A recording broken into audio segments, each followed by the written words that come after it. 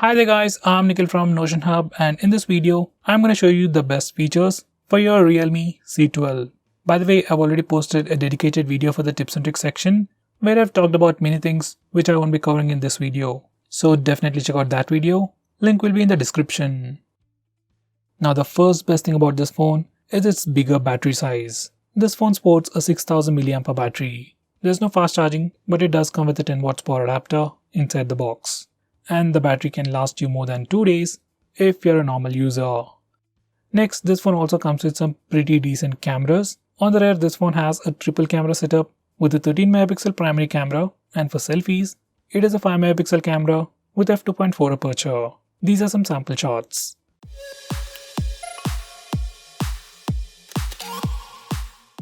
Next, we also get a pretty decent display on this phone. This phone has a 6.5-inch IPS display with HD+ resolution, protected by a 2.5D curved Corning Gorilla Glass. Next, this phone also has some pretty decent performance. This phone sports a MediaTek Helio G35 processor with PowerVR GE8320 GPU with 3GB of LPDDR4X RAM and 32GB of storage. Purely in terms of performance, it's not that powerful, but for a regular user, it's more than sufficient. Next, it has something called real sound technology. Now, if you want to improve the audio experience on the headset, just enable real sound technology from the sound settings and you will definitely see a noticeable difference. We have a new navigation gesture called swipe from both sides. Now, once you enable this feature, you can swipe from the bottom to go home, swipe and hold for recent tabs, and finally, swipe from the left side or right side to go back a step. These are the new swipe gestures even seen on Android 10, and it's already available on this phone. Now going on next, we have a super handy shortcut to trigger Google Assistant with the power button. Once you enable this feature, you can long press the power button to trigger Google Assistant. It's a nice feature and can be quite useful while using the navigation gestures, but I don't think this power button will last longer if you use it continuously. Next we have 3-finger screenshot. Now before I show you that, let me show you how to take a normal screenshot. On any Android phone, if you want to take a screenshot, press the volume down button and power button both at the same time, and your phone will take a screenshot. It is as simple as that. Now for some reason, if that's a bit difficult for you or if you need something more easy, you can enable this 3-finger screenshot gesture. Now once you enable this feature, you can simply swipe down using 3 fingers to take a screenshot. Personally, this is my favorite feature or my favorite way to take a screenshot, and nowadays most of the phones support this feature. Now going on next, we have long screenshot. Now to take a longer screenshot, first you need to take a normal screenshot. You can either use the buttons or the gesture. Now once you take a screenshot, you get this preview. Now click long screenshot. Now just scroll the page up as long as you want to take a longer screenshot.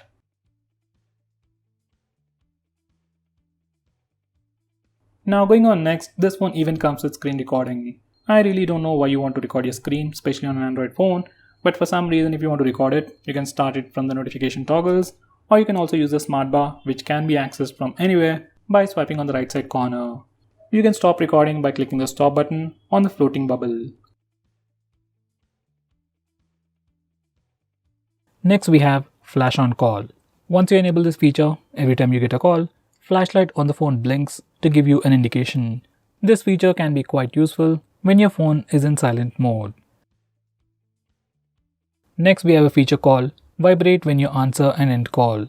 Just like the name suggests, every time you answer a call or end a call, your phone vibrates. It's not a big feature, but adds to the overall experience. Next we have a feature that identifies unknown numbers. Once you enable this feature, whenever you get a call from any unknown number, your phone will check its online database and try to find the contact name. This can be quite useful to check spam calls. Next, we have a feature called Screen On End Calls with Power Button.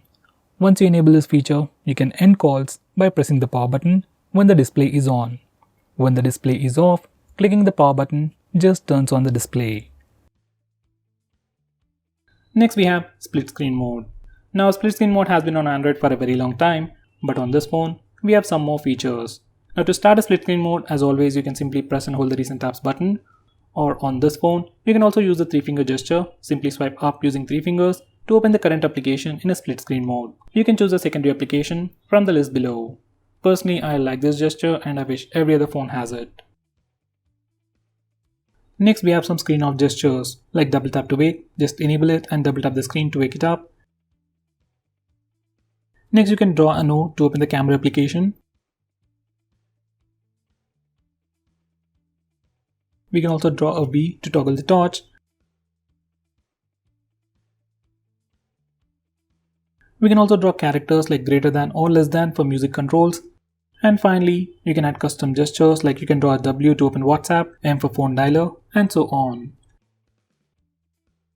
Next, we have raise to wake. Now once you enable this feature, you can simply raise your phone or pick it up from a table and your phone wakes up and then displays the lock screen. Next, we have flip to mute incoming calls. Now just like the name suggests, once you enable this feature, you can flip your phone to silence an incoming call. Next, we have one-handed mode. You can enable this feature from the toggles, and once you click on it, screen size will shrink and your phone becomes much more usable one-handed. Once you're done, you can click the button on the top corner to go full screen. Next, we have digital well-being. Now this is a feature from Google that tracks all your usage on your phone and gives you a complete analysis of which apps you're using more, and then helps you limit your usage and block notifications from those applications. Next, we have wind down. This feature is part of digital well-being, which can help you sleep faster at night. Using this feature, you can schedule your phone to turn on grayscale mode and do not disturb mode automatically at a specific time. Next, we have Startup Manager. Now just like the name suggests, it's a feature that allows you to stop applications from auto-starting in the background. Now most of these applications automatically start in the background and then drain your battery life. And for the most part, just applications like maybe Instagram or WhatsApp needs to be allowed to auto-start. So you can disable auto-start permission for all these applications and further improve the battery life. Next, we have an app lock built into the system. And unlike most phones, we can unlock locked applications either by using the password or the fingerprint scanner, and even by using the face unlock feature. So if you're already using face unlock feature on your phone, most of the time you won't even see the lock screen. Now because of this one particular feature, you can lock any application you want and you won't be inconvenienced in any way. Next, we have clone apps, which is a feature that allows you to use two instances of the same application. Like you can have two WhatsApp accounts, two Facebook accounts, and two Instagram accounts on the same phone. This is definitely a very handy feature, but it is still limited to only very few applications. Next, we have Gamespace. Now this feature or application just tries to improve your gaming experience and gives you a lot more cool features. Now once you add all your games to this Gamespace and then open that game, your phone will divert all the resources to improve your gaming experience. It means faster game load speeds, better visuals, and more than that, it gives you the option for do not disturb mode, where you won't be interrupted with annoying notification sounds or visual disturbances like banner notifications. You also have different power profiles to improve the performance or battery life. It also gives you the option to disable auto brightness, which is missing on many phones out there. Next, we have Wi-Fi Tethering. Now this is a very unique feature which allows you to share existing Wi-Fi connection to other devices. It's like your regular hotspot, but instead of using your mobile data, it will use your existing Wi-Fi connection. Now you might think this might not be a useful feature, but let's say if you're in an airport or a hotel where you have access to only one device or a Wi-Fi, then in that situation, you can share the existing single Wi-Fi connection to multiple devices. Next, we have Private Safe. Now this feature is more like an application or like a vault where you can hide all kinds of files. Just like the app lock, we can have a completely different password from your lock screen and we can unlock it using your fingerprint or your facial data. Personally, I suggest you to use Gallery Vault. Next, we have Automatic On-Off.